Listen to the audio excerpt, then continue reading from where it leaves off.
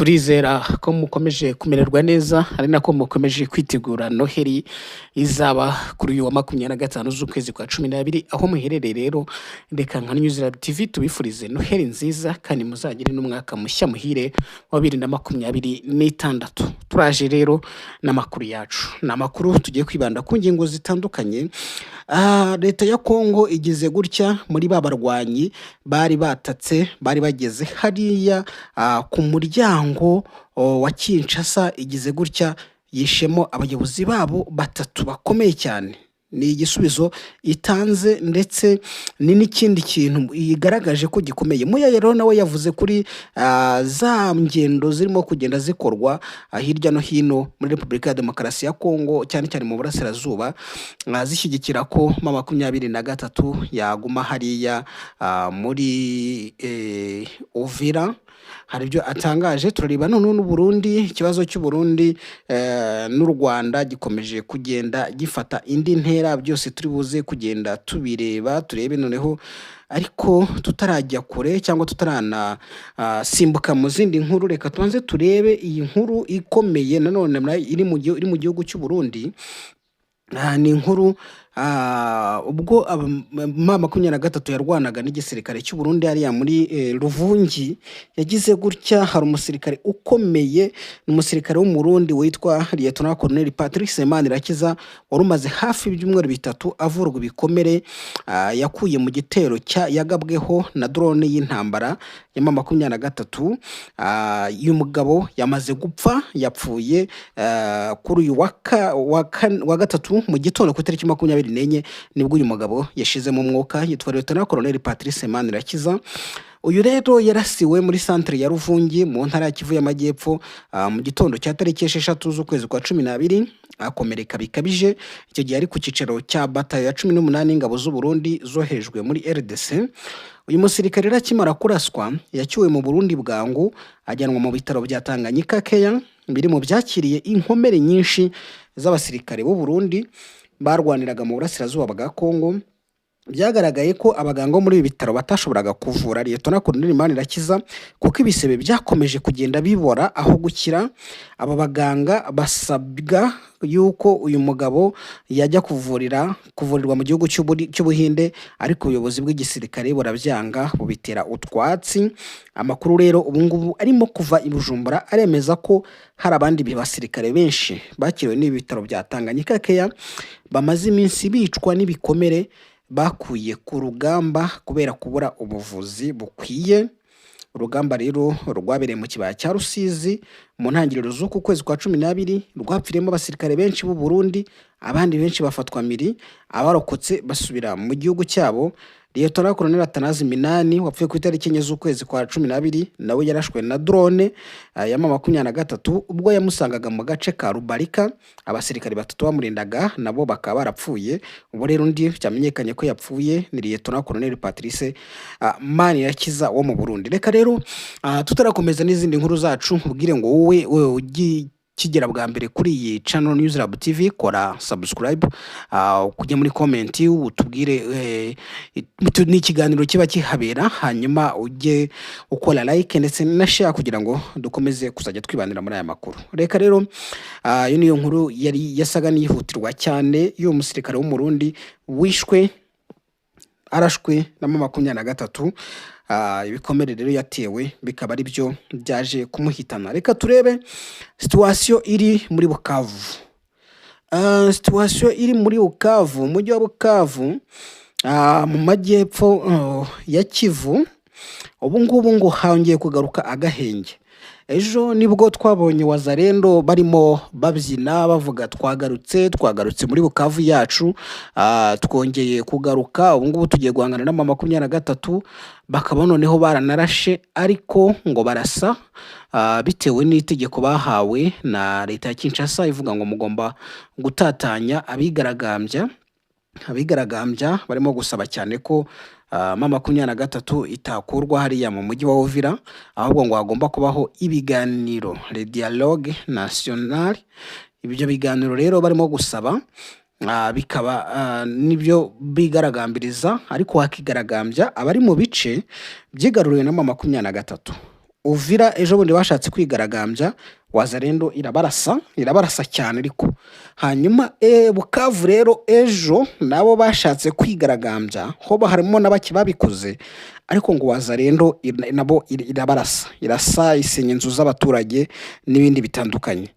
Hanyuma muri Rucuruho barigaragambije. Ubu rero situation iri Bukavu uyu munsi ku itariki 24 umunsi ubanziriza Noheli, ngo abaturage ngo hagarutse ituze, ibikorwa bitandukanye byari byahuye n'akaga ntago byigeze bikorwa ejo, byabaye paralizi, ariko none ngo uyu munsi byongeye kugaruka mu buryo, amangazini, botike byongeye gufungura, gutwara abantu mu buryo rusange birongera birakorwa, ndetse ngo muri quartier zari zarashwe naho ngo hongeye hagaruka umutuzo, ngo usibye ko nyine ntago habura impungenge.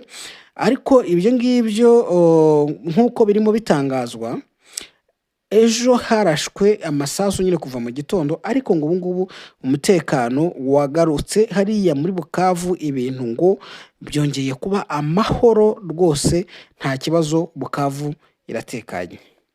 Tukiriho kuri izo ngendo zikomeje kugenda zikorwa n'abashyigikiye M23, bavuga yuko M23 bayibonyemo amahoro, bayibonyemo ubuzima, bayibonyemo umutekano, bayibonyemo iterambere, bayibonyemo byinshi cyane. Aba baturage batandukanye bo muri gice cya Kivu y'Amajyepfo ndetse na Kivu y'Amajyaruguru, leta ya Kongo yo ntabwo ikomeje kugenda ireba neza ibi bikorwa bigenda bikorwa n'abo baturage bo mu bice bitandukanye, kuko ngubu guverinoma ya Kongo yamaganye izi ngendo cyangwa ibi bikorwa birimo kugenda bikorwa n'abaturage.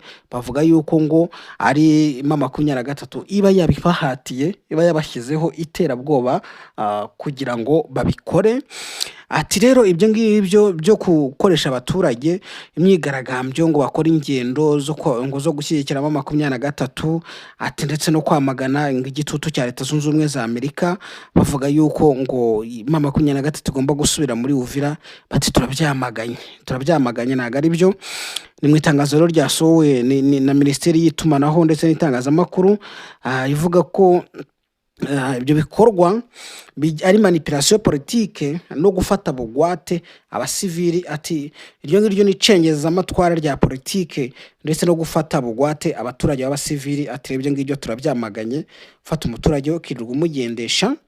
Bagaruka rero ku ngendo zabaye muri Uvira kuri 16, zabaye kuri Kamanyora kuri 19, Goma kuri 22, ndetse ni Bukavu na Sake ejo ku itariki 23 z'ukwezi kwa 12. Guverinoma rero ikavuga ko ibyo bikorwa bitemewe, ndetse ngo birimo guhatirwa abasivili barimo abagore, urubyiruko, ngo rwitabire iyo myigaragambyo igamije ngo gushyigikira umutwe w'abarwanyi utemewe n'amategeko w'abanyamahanga. Atabangabo rero barimo barashyigikira ko ingabo z'abanyamahanga zigomba ku butaka bwacu. Ibyo ngibyo rero ntago tubyemera, ntabwo tubishyigikiye, turabihakanye, ahubwo turifuza yuko izo ngabo zava mu gihugu cyacu. Nibyo rero guverinoma ya Kongo yamaganye, iti ibyo bintu ntabwo bikwiye rwose, ntabwo dukwiye kubyemera. Ubwo rero ibyo ngibyo nubwo leta irimo ibivuga ityo ya Kongo, ntabwo bikuyeho yuko imyigaragambyo nyine cyangwa se ibikorwa byo kuyamagana, bavuga ati mukituyobora abajura bari benshi, ibikorwa by'urugomo byari byinshi. Ati mbese ntabwo twari dufite umutekano, ibibazo byari ibibazo byose, ariko aho tuboneye abacunguzi ibintu byagiye bisubira mu buryo byagiye bitungana. Guverinoma rero ya Kongo ikavuga ko ngo ayo mayeri yose arimo gukoreshwa na M23 ngo ni ugutwaza gitugu, ariko none ngo gushingiye kuri politike, ngo kurimo kugenda gukorwa n'abayobozi ba M23, ndetse ngo no kwica mu abaturage mu mutwe. Ati bigamije gusa naho bafata bugwate tubafate bugwate. Ati rero ibyo ngibyo byo gukoresha abasivili nk'ingabo igukingiye, ati cyangwa nk'igikoresho cy'icengezamatwara rya politike, ati ibyo ngibyo rwose ntabwo bijyanye n'ubwisanzure cyangwa se n'amahoro cyangwa n'agaciro ka kiremwamuntu, ntabwo murimo kugenda mubyubahiriza, niko leta ya Kongo irimo igenda ivuga. Ejo bundi Muyaya Patrick Muyaya, uyu nguyu ni umuvugizi wa guverinoma ya Kongo ndetse akaba na minisitiri w'itumanaho n'itangazamakuru, akaba yaravuze ati ibyo bintu mukora byo gufata bugwate abaturage mukabiriza mu muhanda, ati mumenye yuko ijisho ry'amategeko ribareba, ati mumenye yuko ijisho ry'amategeko ribareba kandi muzabibazwa byanze bikunze. Yabwiragamo 23 ati nimugire ngo abaturage uko kubabwira gutyo, nimugire ngo barabakunda. Abaturage bakunda igihugu cyabo kandi natwe turabizi ko bakunda igihugu cyabo. Rero ibyo bintu byo kubafata bugwate mukabumvisha yuko nyine ibintu byose bagomba nyine kubijyamo muri ubwo buryo, ntago bisobanuye yuko babakunda, niko Muyaya yavuze. Ati kandi twiteguye kuzahana bana bari bo bose barimo bakora ibyo bikorwa. Reka tuve rero kuri izo ngendo ndetse n'ibyo byatangajwe na guverinoma ya Kongo, turebe noneho abarwanyi ba 23 bagize gutya bigarurira uduce dushya, bigaruriye uduce dushya ndetse ngo bakaba bashinze ibirindiro bishya mu mudugudu wa Ndurumo muri groupement ya Ruberike muri teritwari ya Walikale muri Kivu y'Amajyaruguru. Ati abaturage bo muri ako gace bavuga ko ngo abo barwanyi bafashe ibyo birindiro, ati guhera mu ijoro ryo kuwa 23 bakarego no bashyize ibyo birindiro. Ati makuru rero akabahamya cyangwa akabashimangirwa nabo mu nzego z'ubuyobozi, ati bamagana uburyo 23 irimo igenda ifata ahantu, bakabashinja ngo kurenga ku masezerano mpuzamahanga ya Washington ndetse n'amasezerano ya Doha. Abasesenguzi rero bakavuga yuko gufata ibirindiro gushya nta hantu gutaniye no kwica amasezerano cyane cyane y'agahenge yashyizweho, kuko ngo amasezerano y'agahenge yasinywe ku itariki 14 z'ukwezi kwa 10 avuga ko hagomba kubaho agahenge iby'intambara bigahagarara. Ariko 23 igenda ishinjwa kuba noneho ngo yo yarakomeje gukora ibikorwa by'intambara, cyane cyane igafata umujyi wa Uvira, igafata ikibaya cya Rusizi ndetse igafatana n'ibindi bice bitandukanye. Bati rero ibingibi ntago byemewe n'amategeko, ibingibi mukora no kurenga ku masezerano ya Washington ndetse no kurenga ku masezerano ya Doha. Ati ibingibi rero bigomba guhagarara, niko leta ya Kongo ibivuga ndetse na bamwe mu bahagarariye societe civile ndetse no muri negociation bamwe bakavuga ati ibingibi ntago 23 yagomba kubikora gukomeza kugenda yigarurira ibice. Ni kimwe nuko no muri Fizi 23 ikomeje kugenda yigarurira ibice bitandukanye. Muri Fizi ikomeje kugenda yigarurira ibice bitandukanye, ariko noneho bigasa naho ngo birimo bigenda bidindeza ibiganiro by'amahoro byagomba kubera hara muri Qatar, kuko nka leta ya Kongo ejo nibwo hagiye amakuru hanze, nibwo twayabagejejeho tuvuga yuko leta ya Kongo irimo kwanga kujya mu biganiro, ivuga ko ngo haba harimo ikibazo cyuko 23 yanze kurekura ibice yafashe nyuma y'amasezerano y'agahenge ya Doha. Noneho bakavuga ngo nimusubire inyuma aho mwafashe nyuma yo hose, muhave muhihorere. Ariko 23 ngo yarabyanze, yanga gusubira inyuma. Batero ntago twaganira namwe, ntago dushobora kugira ikintu tuvugana namwe mu gihe mukomeje ibikorwa nk'ibi ngibi. Ibyo ni ibintu nyine leta ya Kongo yavuze, ndetse iravuga ngo twebwe ntago turi buze gusubira mu biganiro bya Doha mu gihe 23 idategetswe kuva mu bice yigaruriye nyuma yuko hasinywa amasezerano y'agahenge ya Doha. Bikaba bikomeje rero kuba ikibazo gikomeye kindi utabonera igisubizo hagati aho ngaho. Ariko abahuza nabo ngo baramenyeshejwe, nari ko 23 ivuga iti twebwe twari kuyevura, ariko wazarinde mirashaka kuyigarukamo kandi ntago tuzabyihangana, ntabwo tuzabyemera. Bigakubintu bigakomeza kuba agaterera nzamba. Reka rero turebe noneho iyi nkuru nanone irimo guturuka mu gihugu cy'u Burundi. Mu gihugu cy'u Burundi hariyo indi nkuru yuko Uburundi bwagize gutya bw'uko minisitiri wasabye yuko bwakumvikana n'u Rwanda. Ni minisitiri w'ububanyi n'amahanga rero w'u Burundi Dr Edouard Bizimana yutse inabi umwe mu bamubanjirije muri izi nshingano, wasabye ubuyobozi bw'igihugu cyabo kumvikana n'u Rwanda. Yitwa rero Jean Marie Ngendahayo, wabaye minisitiri w'ububanyi n'amahanga w'u Burundi kuva muri 1993 kugeza muri 1995, aba na minisitiri w'umutekano w'imbere mu gihugu kuva muri 1995. Uyu rero ku itariki 21 z'ukwezi kwa 12 yandikiye Perezida Evariste ibaruwa ifunguye imusaba gushyira imbere ibiganiro by'amahoro. Ibaruwa rero yasohotse mu gihe leta y'u Burundi yari imaze iminsi yikomanga ku gatuza ivuga ko yiteguye guhangana n'u Rwanda. Ngendahayo rero akaba yarabwendashimiye ku mwuka mubi uri hagati y'ibihugu byombi udakwiye gutuma bijya mu ntambara kuko yabihombya byombi. Ati ese nta nzira y'ubwumvikane ishoboka?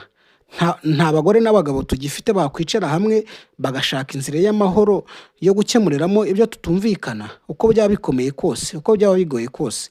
Yamenyesheje Ndayishimiye ko mu gihe ahitamo gukemura ibibazo Uburundi bufitanye n'u Rwanda binyuze mu nzira y'amahoro, Abarundi bamufata nk'umuragwa w'ubutwari bwa Louis Rwagasore na Melchior Ndadaye. Ati menya ko uhisemo inzira y'ibiganiro, abenshi mu bene b'igihugu bagenzi bawe bagukurikira bakagufata nk'umuragwa ukwiye w'igikomangoma Louis Rwagasore na Perezida Melchior Ndadaye. Bombi bapfuye bashaka amahoro n'umwe bw'igihugu nta gutandukira. Minisitiri rero Bizimana yamwutse inabi avuga ko hari igihe ibibazo bizura bapfuye, agamije kugaragaza ko Ngendahayo yari amaze igihe kinini atagaragara ku rubuga rwa politike, anahamya ko yanditse wari wifunguye atazi intandaro y'amakimbirane y'ibihugu byombi. Ati hari wavuze ko hari igihe ibibazo bizura bapfuye. Jean Marie Ngendahayo ntazi intangiriro y'ikibazo kiri hagati y'u Burundi n'u Rwanda n'uwakizanye. Uyu muyobozi yatangaje ko ibaruwa ifunguye Ngendahayo yandikiye Ndayishimiye igamije kurwanira igihugu cy'umugore we kurusha icye, nyamara ngo siko byagakwiye kugenda. Ubwo yavugaga ko uyu minisitiri Ngendahayo nyine ngo afite umugore w'umunyarwanda, bityo ngo ibyo ngibyo akaba arimo rero bivugishwa no kuba ngashaka yuko igihugu cy'umugore we, umugore wakomokamo, ngo ari inyungu zacyo arizo zirebwaho kuruta kureba ngo igihugu we akomokamo. Nibyo rero ibyariya mu gihugu cy'u Burundi ndetse n'andi makuru arimo agenda avugwa hirya no hino mu burasirazuba bwa Repubulika ya Demokarasi ya Kongo.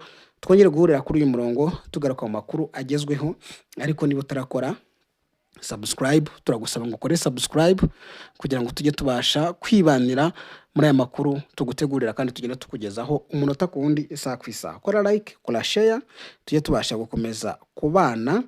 Ariko reka tukubwire ngo uzagire Noheli nziza n'umwaka mushya muhire wa 2026.